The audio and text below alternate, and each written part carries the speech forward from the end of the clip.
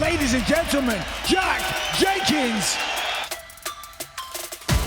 Feel the fire in my bloodstream pumping. What would you do if everything that you love start crumbling? Load up heavy ammo, make an example of anybody trying to snuff out all your candles. Listen, you keep on playing. That was sensational. You keep on playing with fire, you wake a dragon up. That calf kick all night really set up the hands of Jenkins from there. For the winner by unanimous decision, Jack Jenkins. That man is Jack Jenkins, who joins us now here on Fight Camp alongside Megan Anderson, myself, Phil Murphy. And Jack, we got Australia v. Canada in the Olympics in Lille end of this month. You have Australia v. Canada next month in Perth. Gavin Tucker, 13-3 UFC veteran. But first, I want to talk about your last fight, a TKO loss via injury, hurt your elbow defending a takedown. At what point, how long ago did you feel comfortable defending takedowns, doing everything necessary to prepare with no hindrance after your injury? Yeah, I suppose it was a kind of up and down. It wasn't a straight line to get where I needed to go. Originally, I was scheduled to go up to Wollongong to do a bit of training earlier in the year, and the elbow sort of clicked out on me again, and I lost a couple of weeks. But I would say I let the UFC know that I was ready for a fight in April, and I've been flat out training since then. I haven't really missed any sessions due to it hurting or giving me any trouble. Been full contact wrestling, sparring, and everything like that for since that timeline sort of before April. So I'm good to go. Injuries happen in this sport. I was lucky enough to get away with nearly my whole career without a serious injury, and the fact that I've got one now, it's behind me, and I'm ready to move forward. Well, you're healthy. You have a fight booked. How did this one come about? Because obviously you were back in April. You were wanting to get back in there. Kind of what took so long for this process to kind of get booked? I don't know. I think the UFC, they just have such a strong roster at the moment, and it's just about putting your talent and your assets where they're going to have the most impact on the company. And I think putting me in earlier and then risking not having me on the Australian card is a bit of a risk that the UFC didn't want to take. And after talking with my coaches about it, then we were happy enough to sit there and say, all right, we'll wait till August and have a nice long lead in and just go into this camp, if anything, over-prepared rather than under-prepared for a fight. Jack, you're somebody who had been very active and very successful basically since things started to reopen post-COVID, now facing, for you, what was a significant layoff.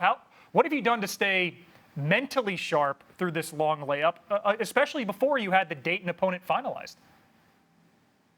Yeah, look, I just took it for what it was. It was a forced layoff, and I didn't try and keep myself too in the gym. I didn't try and keep myself too connected to the fight world in a way. All the fighters who are in the UFC would resonate with this at some point, but I haven't had Christmas meals with my family, and I've missed birthdays and weddings and everything since I was about 21 years old to get myself in this position.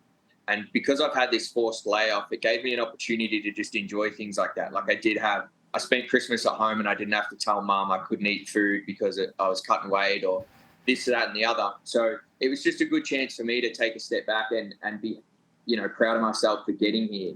And then I think allowing myself to have that time has been great, because since I came back to the gym, I've just been so switched on. I don't have any of that mental fatigue that sometimes you go through during a fight camp. I haven't had any of that physical fatigue either. I just think having a little bit of time off for the first time since I was about 20 years old has really sort of freshened me up and got me really excited for the next part of my career. No, you're definitely right there. There's a lot of sacrifice that a lot of people don't really understand on the training side of things, missing out on food, family, all that kind of stuff. But obviously with this forced layoff, you're still in the gym to some degree, working around the injury, working to get back into being able to spar properly and all that kind of stuff. What improvements should we expect to see from you come UFC 305? I think my footwork's going to be a little bit better than it was towards the end. I think partially being in the UFC, you get in and there's an adjustment period that you go through to get used to how they run things, you know, warming up out the back, walking out in a big stadium instead of a little one. And I think probably in my last fight, in the Chepe fight, my first round in that fight was probably the best round I'd had in the UFC, and I was really starting to sort of come into my own and show some of the things that I'm really, really good at. And I think now coming in, Gavin as an opponent, he's a guy who's going to bring the best out of me. His style, his southpaw, he switches stances a little bit. I'm orthodox, I switch stance a little bit. He shoots single legs, head inside.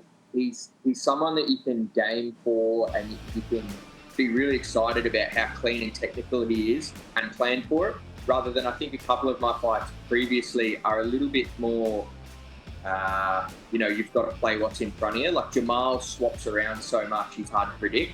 Whereas I think Gavin has a few more set combos and set things that he likes to do. So we're just going to be planning very specifically for those. Jack, last question from us before we let you go. You were a champion in both Rogue MMA and Eternal MMA. What does it mean to you to represent the growth of Australian MMA and be part of this event, UFC 305? Yeah, I'm hugely proud of where I came from, and Eternal and Rogue and these promotions that put on the fights for you. And I think there's this huge next generation. You know, I was looking now, and sort of COVID, we had this lock off where we didn't get a lot of guys in the UFC. I think maybe me and one or two others during this 3 or 4 year period where we were blocked off. And then now it's opened up, and you've got Tom Nolan came in last year. You've got 3 or 4 guys already booked for Contender Series. You got Khan on the Ultimate Fighter. You've got, we've got a chance to maybe have 6 or 7 new guys in the UFC from this area of the world in a matter of, the next couple of months. So, I think we're all doing a really great job, me and the other guys in the UFC, in representing the sport well and giving the guys underneath us a good platform to come up as the guys before us did. Jack, all the best in your final preparations for UFC 305. Thanks so much for making time for us. Thank you for having me.